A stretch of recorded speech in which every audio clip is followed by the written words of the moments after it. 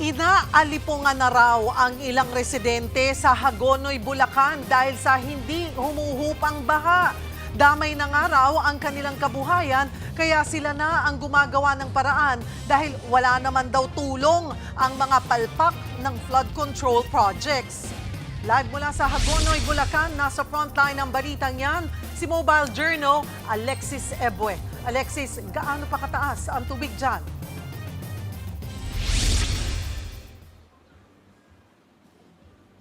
Cheryl, dito nga tayo sa Barangay Iba sa Hagonoy, Bulacan at hanggang ngayon kahit tirik ang araw ngayong buong Biyernes, hindi pa rin humuhupa ang level ng tubig dito.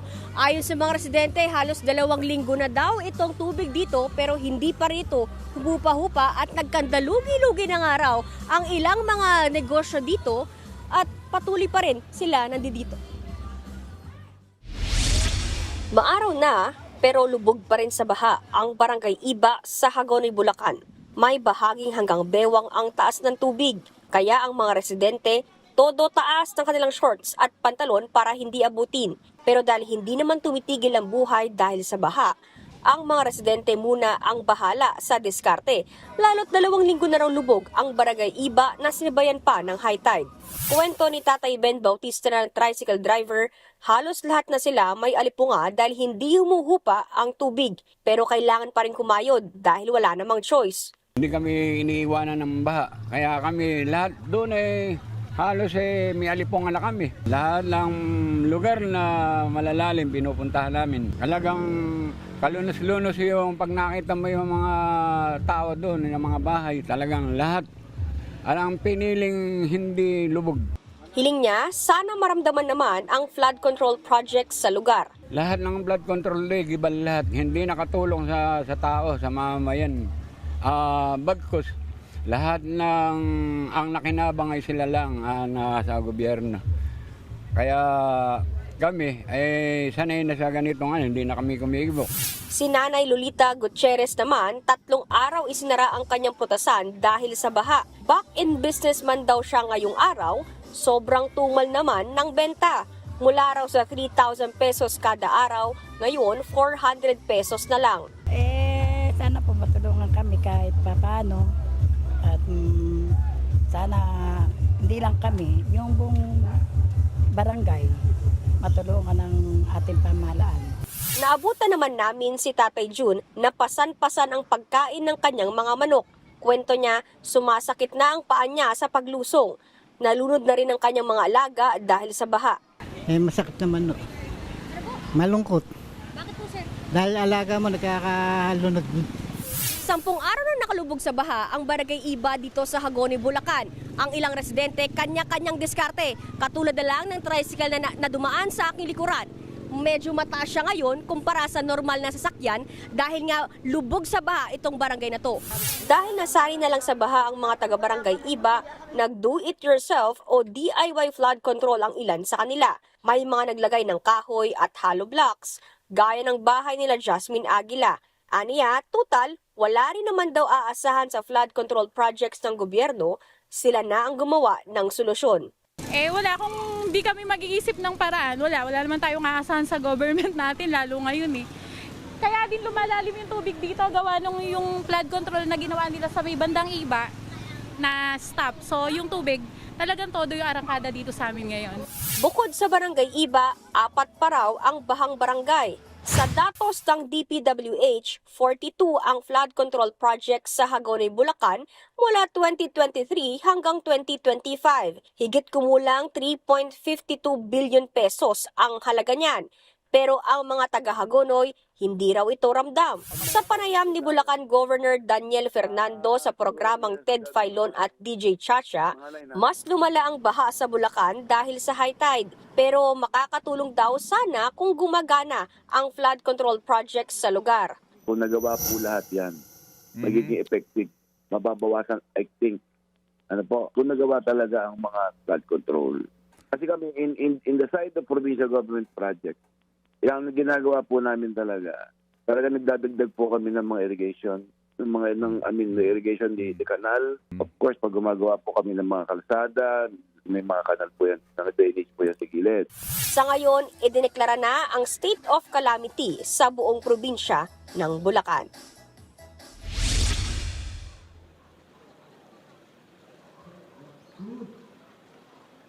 Cheryl, nakapanayam nga natin kanina ang local MDRRMO officer ng Bulacan at ayon sa kanila nitong Miyerkules pa daw inideklara na state of calamity ang buong probinsya. Inuuna raw nila ngayon ang mga lubog sa baha na nasa evacuation center at meron din daw silang mga tulong para sa mga merong agricultural and infrastructure damages para nga daw sa early recovery ng buong probinsya. Suspendido pa rin ngayon ang ilang pasok sa ilang eskwelahan dito dahil pinasok ng tubig baha ang ilang classroom na ngayon ay hindi mapakinabangan. Ayon sa ilang residente, ay tumataas daw tuwing gabi itong level ng tubig dito. Pero mabuti ngayon at hindi pa natin to nararamdaman. Cheryl, kasalukuyan parang normal ang mga residente dito. Kung maririnig ninyo sa aking background, meron pa nga nagkakaraoke dito at bukas lahat ng tindahan na parang walang baha dito. Yan mo ng latest. Balik sa inyo dyan, Cheryl. Maraming salamat, Alexis Ebue. Hirap bang makabangon sa baha at landslide ang mga residente ng Bataan? Nangangamba pa rin silang maulit na naman ang mga sakuna sa susunod na linggo dahil mayroon na namang paparating na bagyo. Live mula sa Dinalupihan, Bataan, nasa frontline na balitang yan si Mon Gualvez, exclusive. Mon, anong ginagawa ngayong paghahanda ng mga residente dyan? Julius, nandito ako ngayon sa Barangay Pentor sa bayan nga ng Dinalupian sa Bataan kung saan sinamantala ng maraming residente rito yung aliwalas at init ng panahon para gumawa ng mga sandbags gaya nito mga nakapaligid sa akin. Kinatatayuan ngayon, no? Ito'y bilang proteksyon daw dito sa paligid ng ilog matapos masira ang mga bahagi rin ng river slope protection. Pero bukod sa baha, nangangamba rin ang mga taga-Dinalupihan na baka maulit daw yung mga insidente ng landslide oras na lumakas na naman ang ulan sa susunod na mga araw. Malalaking tipak ng bato, bahagi ng nagbagsakang mga puno at magkasamang lupa't buhangin. Ito ang iniwan ng landslide sa Barangay Bayan-Bayanan sa Dinalupihan, Bataan.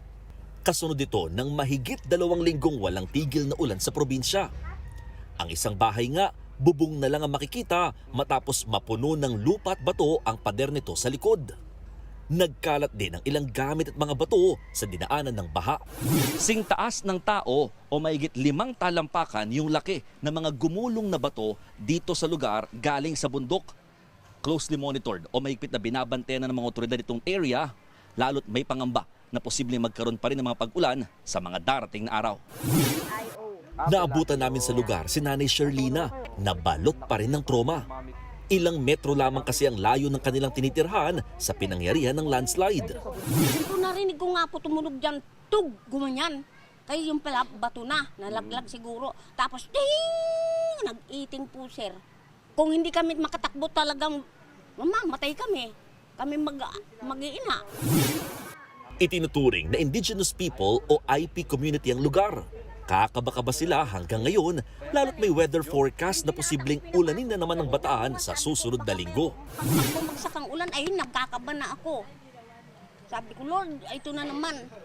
Bahala ka na po sa amin. Hindi nga po kami natutulog ngayon kami mag-ina. Ala naman po kami paglikasan na ibaluti eh. Sa ngayon, itinuturing ng danger zone ang mismong dinaanan ng landslide. Inaaral na rin ng Dinalupian LGU ang posibleng paglikas sa mga pamilya na nakatira malapit sa lugar. Binabalaan din nila ang kanilang mga kababayan sa posibilidad talaga ng mga landslide lalo't may tuturing ng saturated o malambot ang lupa lalo sa bundok. Mula nung nag-start po yung buwan ng August, walang palya po yung naging pag-ulan. Yung tubig po talagang nasa ilalim na po ng lupa. Malambot na po yung lupa. So yung tendency po niya dahil malambot na po, lalo dito sa elevated part, dudulak po yan at bababa po siya. Lalo na po malakas po yung tubig. Balik normal na ang level ng tubig sa maraming ilog sa bayan. Mas maaliwalas na rin ang panahon, kaya sinamantala ito ng mga residente ng Barangay Pagalanggang para gumawa ng mga sandbag. Daan-daang sako na puno ng mga buhangin ang itinatapal nila sa mga bahagi ng river slope protection na pawang nagkabitak-bitak at gumuho na. Aabot sa halos 4 na metrong haba nitong river slope protection ang nasira nitong kasagsagan ng halos 3 linggong walang tigil na pag-uulan. Kabilang ito sa nilalagyan nila ngayon ng sandbag bilang proteksyon na rin dito sa lugar. Pawang mga residente at LGU na lamang ang nagtutulong-tulong sa paggawa ng mga sandbag, lalo't madalas mabilis tumaas ang katabing ilog tuwing malakas ang ulan. Napakalaki po ng tubig talaga, umabot po ng 1 meter na lang lalampas na po dito sa pinaka widening ng riprap natin. Per shade lang po to, kumbaga sakit. Pero kailangan po talaga ma-riprap po ito. Nitong Hunyo, naglatag na rin ang mga sandbag sa bahagi ng dike. Pero sadyang hindi raw nito kinakaya kapag malakas ang ragasa o agos ng tubig sa ilog. Hiniling na raw nila ito sa DPWH pero naantalang gawin matapos suspindihin ng lahat ng mga flood control projects mula nang pumutok ang kontrobersya. Naglalagay po kami ng pansamantalang sandbag para po mapigilan po ang epekto po. Posible pong lumala po yung mga sira at pag tumaas po ang tubig, maaari pong pumasok po at makasira po, makapinsala po sa mga kabahayan po.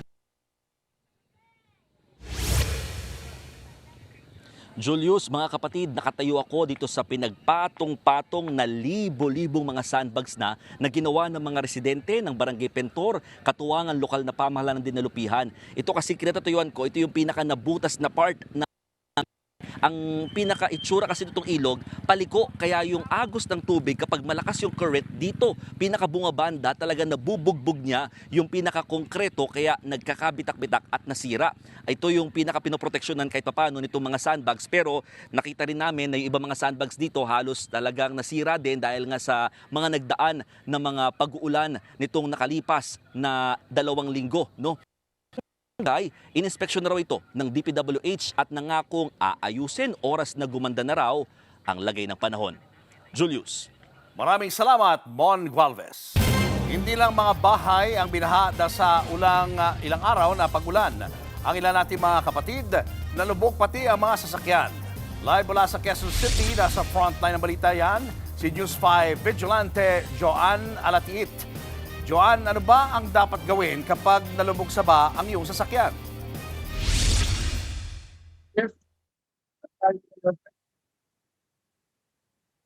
Sabitan natin kanina, tulong ang mga mekanik yan sa pagtulak sa putigang sasakyan papasok dito sa loob ng kanilang talyer. At ang naturang sasakyan pa lang yan, sinalubog sa baha. Kaya minabuti na rin ng may-ari na pa-detail, pa-check up ang makina, brake fluid at langis ng naturang sasakyan. Kaya pakita ko sa inyo kung ano ang proseso na ginagawa ng paglilinis ng sasakyan. At mabigat ba talaga? Masakit sa bulsa ang paglilinis? Kaya Julius, makikita mo kung paano lang na-car wash ang sasakyan. Yan, sinasabong mabuting. Dahil kanina, puro putik itong sasakyan na ito, Julius.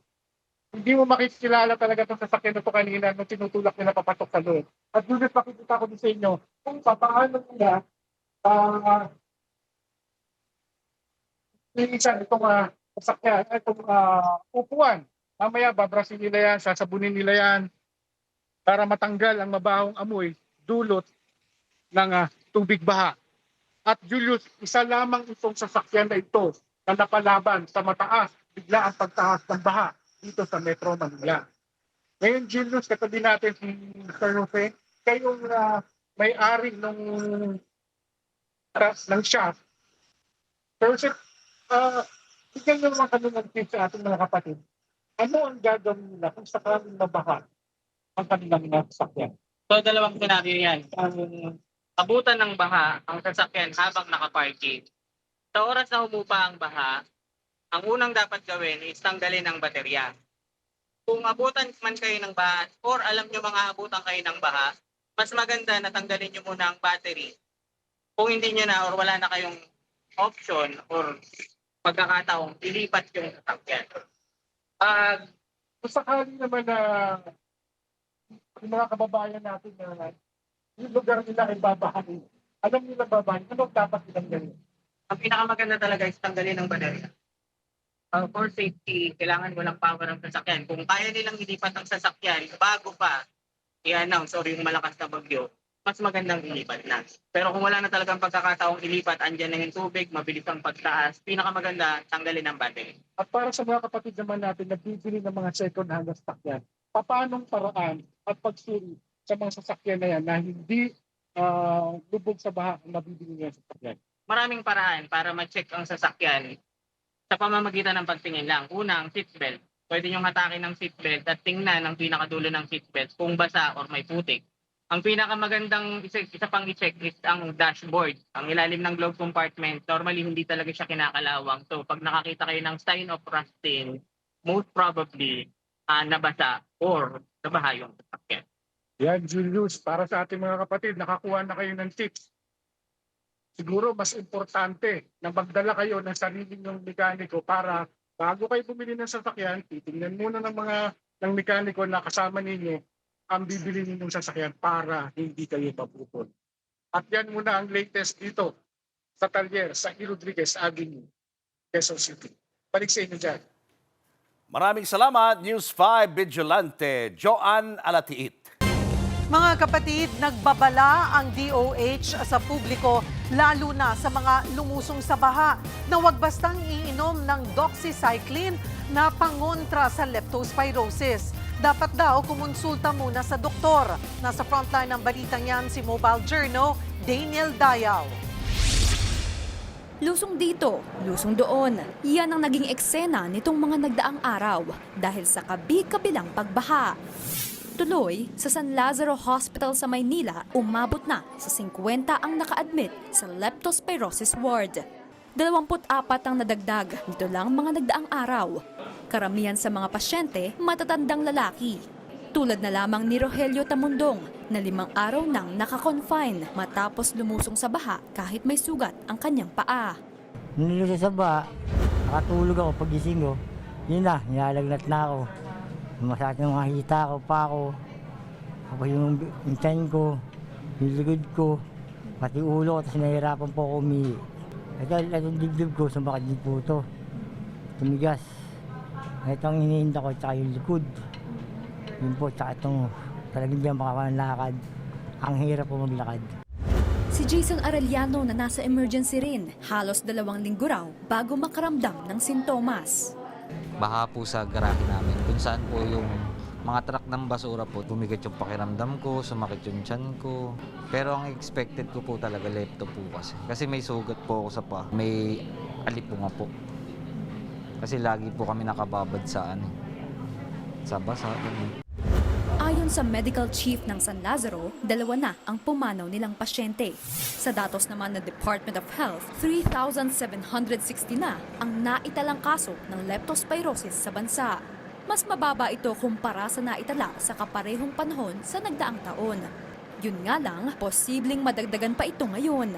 Nakikita namin ang surge usually 2 weeks after pataas ng pataas ang mga pasyente ng leptospirosis. May mga libreng gamot kontra leptospirosis sa Barangay Health Center. Pwede rin itong ma-avail sa yakap at gamot programs ng PhilHealth. Pero paalala, hindi ito basta-basta dapat inumin. Depende pa rin sa level ng exposure sa baha. Kailangan ding ikonsulta sa espesyalista. Tayo ay lumusong sa baha, na wala tayong mga suot na bota. Pagka po minsanan lang, yun yung tinatawag na mild risk. Minsanan din lang iinom ng doxycycline. May tulong din ng PhilHealth sa mga ma-o-ospital dahil sa leptospirosis. Kinailangan mong ma-ospital for leptospirosis. PhilHealth has already increased the case rate by 3, no? So, triple na yung rate ngayon. Patuloy naman ang paghahanda ng San Lazaro Hospital sa inaasahang pagdami pa ng pasyente, kabilang ang express lane at karagdagang hospital beds.